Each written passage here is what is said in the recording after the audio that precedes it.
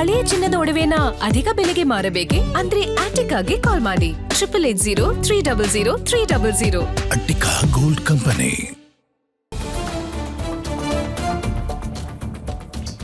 ನೇಪಾಳ ಪ್ರವಾಸೋದ್ಯಮದಿಂದ ಅಧಿಕೃತ ಮಾಹಿತಿ ಬಿಡುಗಡೆಯಾಗಿದೆ. ರಾಷ್ಟ್ರವಾರು ಪ್ರವಾಸಿಗರ ಮಾಹಿತಿಯನ್ನ ಬಿಡುಗಡೆ ಮಾಡಿದ್ದಾರೆ.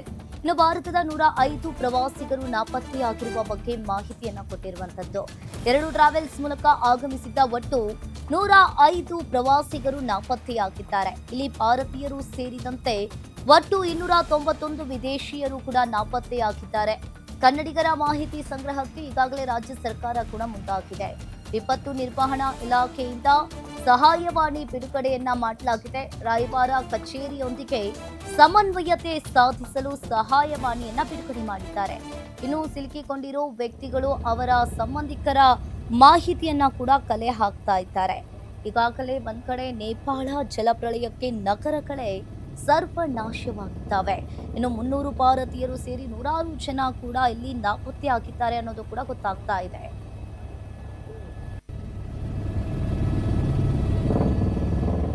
ಈ ಬಗ್ಗೆ ಹೆಚ್ಚಿನ ಡೀಟೇಲ್ಸ್ ಅನ್ನ ನೀಡ್ತಾರೆ ಡಿಜಿಟಲ್ ಎಡಿಟರ್ ದಿಲೀಪ್. ಫೋನ್ ಸಂಪರ್ಕದಲ್ಲಿ ಜಾಯಿನ್ ಆಗಿದ್ದಾರೆ. ದಿಲೀಪ್, ಈಗ ನೇಪಾಳ ಜಲಪ್ರಳಯಕ್ಕೆ ಇಡೀ ನಗರವೇ ಸರ್ವನಾಶ ಆಗಿರುವಂತದ್ದು.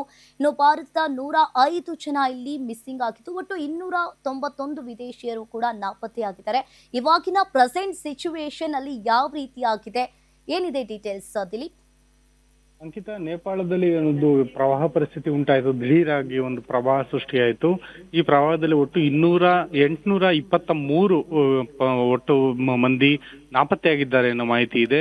ಅದರಲ್ಲಿ ಒಟ್ಟು 823 ಮಂದಿಯಲ್ಲಿ 579 ಮಂದಿ ಪ್ರವಾಸಿಗರೇ ಇದ್ದಾರೆ ಅನ್ನೋ ಮಾಹಿತಿ ಸಿಕ್ಕಿದೆ. ಆ ಪ್ರವಾಸಿಗರು ನೇಪಾಳದ ಬೇರೆ ಬೇರೆ ಪ್ರಾಂತ್ಯಗಳಿಂದ ಬಂದವರಾಗಿರ್ಬೋದು, ಮತ್ತೆ ವಿದೇಶಿಗರಾಗಿರ್ಬೋದು, ಅವರು ಕೂಡ ಸೇರಿದ್ದಾರೆ ಅನ್ನೋ ಮಾಹಿತಿ ಇದೆ. ಇನ್ನು ಭಾರತೀಯರದೇ ಪ್ರತ್ಯೇಕವಾಗಿ ನೋಡೋದಾದ್ರೆ ಸರಿಸುಮಾರು 300 ಭಾರತೀಯರು ಈ ಒಂದು ಪ್ರವಾಹ ಸಂದರ್ಭದಲ್ಲಿ ನಾಪತ್ತೆಯಾಗಿದ್ದಾರೆ ಅನ್ನೋ ಒಂದು ಮಾಹಿತಿ ಇದೆ. ಅವರ ಒಂದು ಸಂಪರ್ಕ ಸಾಧ್ಯ ಆಗ್ತಾ ಇಲ್ಲ. ಈ ಪ್ರವಾಸಿಗರ ಪೈಕಿ ಬಹುತೇಕ ಪ್ರವಾಸಿಗರು ಮಾನಸ ಸರೋವರ ಯಾತ್ರೆಗೆ ಅಂತ ಹೇಳ್ಬಿಟ್ಟು ಬಂದವರಾಗಿದ್ರು. ಅದರಲ್ಲೂ ಕೈಲಾಸ ಮಾನಸ ಸರೋವರ ಯಾತ್ರೆಗೆ ಟಿಬೆಟ್ ಮತ್ತೆ ನೇಪಾಳ ಗಡಿಯಲ್ಲಿ ಬರುವಂತಹ ಒಂದು ಕೈಲಾಸ ಮಾನಸ ಸರೋವರ ಯಾತ್ರೆಯನ್ನು ಮುಗಿಸ್ಕೊಂಡು ಆನಂತರ ಅವರು ಹಿಂದಿರುಗಬೇಕು ಅಂತ ಹೇಳ್ಬಿಟ್ಟು ಹೊರಡೋದಕ್ಕೆ ಒಂದಷ್ಟು ಜನ ತಯಾರಾಗಿದ್ರೆ, ಮತ್ತೊಂದಷ್ಟು ಜನ ಮಾನಸ ಸರೋವರ ಯಾತ್ರೆಗೆ ಹೊರಡೋದಕ್ಕೆ ತಯಾರಾಗಿದ್ರು. ಈ ಸಂದರ್ಭದಲ್ಲಿ ಉಂಟಾಗಿರುವಂತಹ ಈ ಪ್ರವಾಹ ಪರಿಸ್ಥಿತಿ ಏನಿದೆ, ಇದರಲ್ಲಿ ಸುಮಾರು 300 ಜನ ಈ ಸದ್ಯದವರೆಗೂ ನಾಪತ್ತೆಯಾಗಿದ್ದಾರೆ. ಅವರ ಫೋನ್ ಸಂಪರ್ಕ ಕೂಡ ಸಾಧ್ಯ ಆಗ್ತಿಲ್ಲ ಅಂತ ಮಾಹಿತಿ ಇದೆ.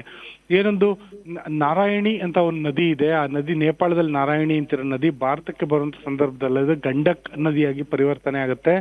ಆ ನಂತರ ಆ ನದಿ ಉತ್ತರ ಪ್ರದೇಶದಲ್ಲಿ ಗಂಗಾ ನದಿಯೊಂದಿಗೆ ವಿಲೀನ ಆಗುತ್ತೆ.